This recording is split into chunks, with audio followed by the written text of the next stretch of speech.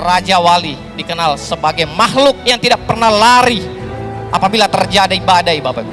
Raja Wali tidak pernah takut dengan yang namanya hambatan. Raja Wali tidak pernah takut dengan badai. Semua hewan apabila terjadi badai, dia akan lari, Bapak Ibu. Tapi Raja Wali apabila ada badai, maka dia akan masuk ke badai itu. Kemudian dia mengikuti badai itu. Dia berlari, naik terus ke atas, terbang ke angkasa, menjadikan badai itu menjadi pijakannya. Saudaraku, Anda pernah jangan lari dari yang namanya tantangan, hambatan. Anda harus menghadapinya, Bapak Ibu. Anda jangan pernah lari dari medan pertempuran hanya karena penolakan di luar sana, Bapak Ibu. Mari kita beri aplaus untuk Bapak Agus Devi dan Ibu Irma Handayani.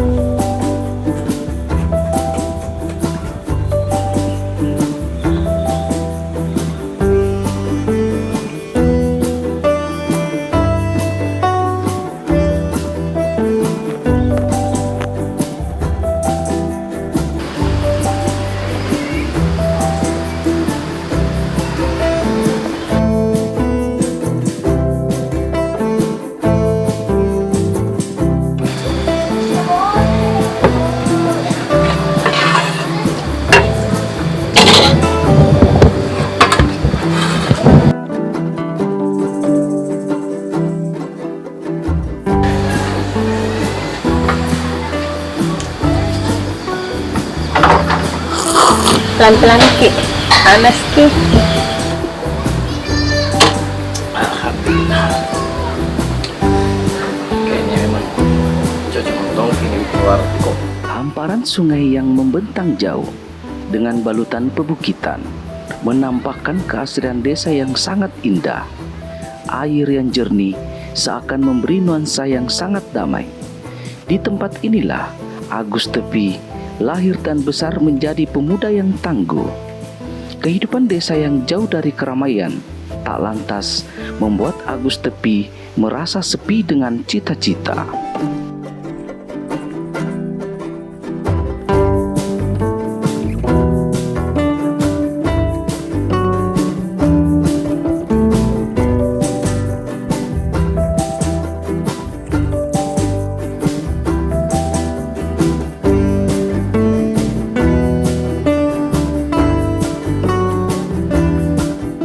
Berbekal semangat petarung, Agus Tepi menancapkan impiannya di tepi sungai untuk menaklukkan metropolitan dengan cita-cita yang sederhana, memutus mata rantai kemiskinan. Cara terbaik mengentaskan kemiskinan adalah memastikan diri kita tidak miskin.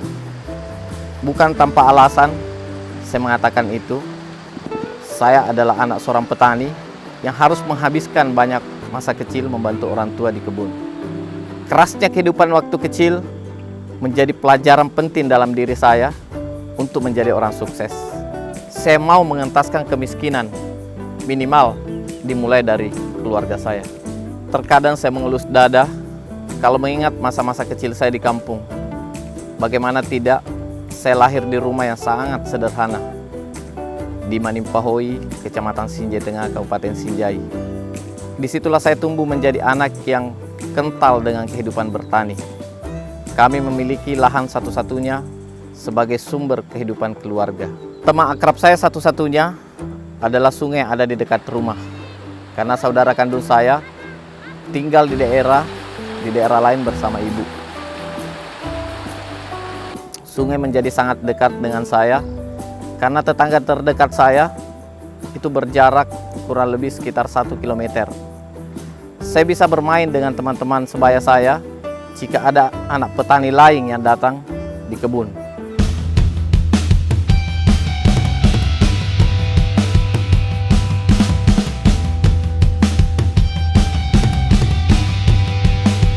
Kehidupan Agus Tepi diwarnai dengan keterbatasan. Pemuda yang tak banyak bergaul lantaran pemukiman tempat tinggalnya hanya ada sungai tempat ia bercengkrama. Tak seperti pemuda yang lain, Agus Tepi hanya berteman dengan gemuruh air sungai di samping rumahnya. Tetangga pun nyaris tak ada. Namun situasi ini tidak lantas membuat surut cita-citanya. Inilah yang membuat Agus Tepi berpikir keras untuk melanjutkan pendidikan sebagai bekal meraih impian. Untuk ke sekolah, saya menempuh perjalanan kurang lebih 5 km dengan berjalan kaki. Artinya, kurang lebih 10 km setiap harinya. Sangat berat untuk anak seusia saya. Tetapi saya tidak punya pilihan lain selain berjalan kaki melewati gunung dan jurang. Tekad bulat saya terbayar dengan prestasi. Alhamdulillah, saya selalu mendapatkan ranking di sekolah. Saya memiliki tekad yang bulat bahwa suatu saat saya bisa merubah hidup yang jauh lebih baik. Memiliki rumah yang bagus. Pikiran ini terus berkecamuk sampai saya sekolah di SMP. Satu hal yang pasti, jiwa pekerja keras saya tumbuh di masa itu. Saya berusaha membantu orang tua agar tidak terbebani dengan biaya sekolah dan uang jajan saya. Saya menjual kue, saya jajakan sepanjang jalan menuju ke sekolah. Begitupun saat di SMP, saya berjualan keripik di sekolah dan menemani orang tua ke pasar menjual hasil kebun. Masa-masa inilah yang saya rasa sangat bernilai tinggi, membentuk mental dan hasrat saya untuk menjadi orang sukses. Setelah saya tamat SMP, saya melanjutkan sekolah di SMA, yaitu di Sinjai Selatan. Saya tinggal sendiri di rumah kami yang sebelumnya kosong. Saya mulai berpikir bagaimana mengatasi biaya hidup karena terpisah dari orang tua. Setiap pulang sekolah, saya membantu tetangga menanam, bahkan terkadang juga mencangkul di kebun tetangga. Terkadang setelah membantu, saya diberi makan atau saya dikasih hasil kebun. Itulah yang membuat saya bisa mandiri, meringankan beban orang tua. Setiap hari Sabtu, saya pulang ke kampung saya yaitu di Manimpahoi dengan menempuh perjalanan jauh kira-kira sekitar 20-25 km dengan berjalan kaki. Di masa inilah proses mental dan impian sukses saya terbentuk.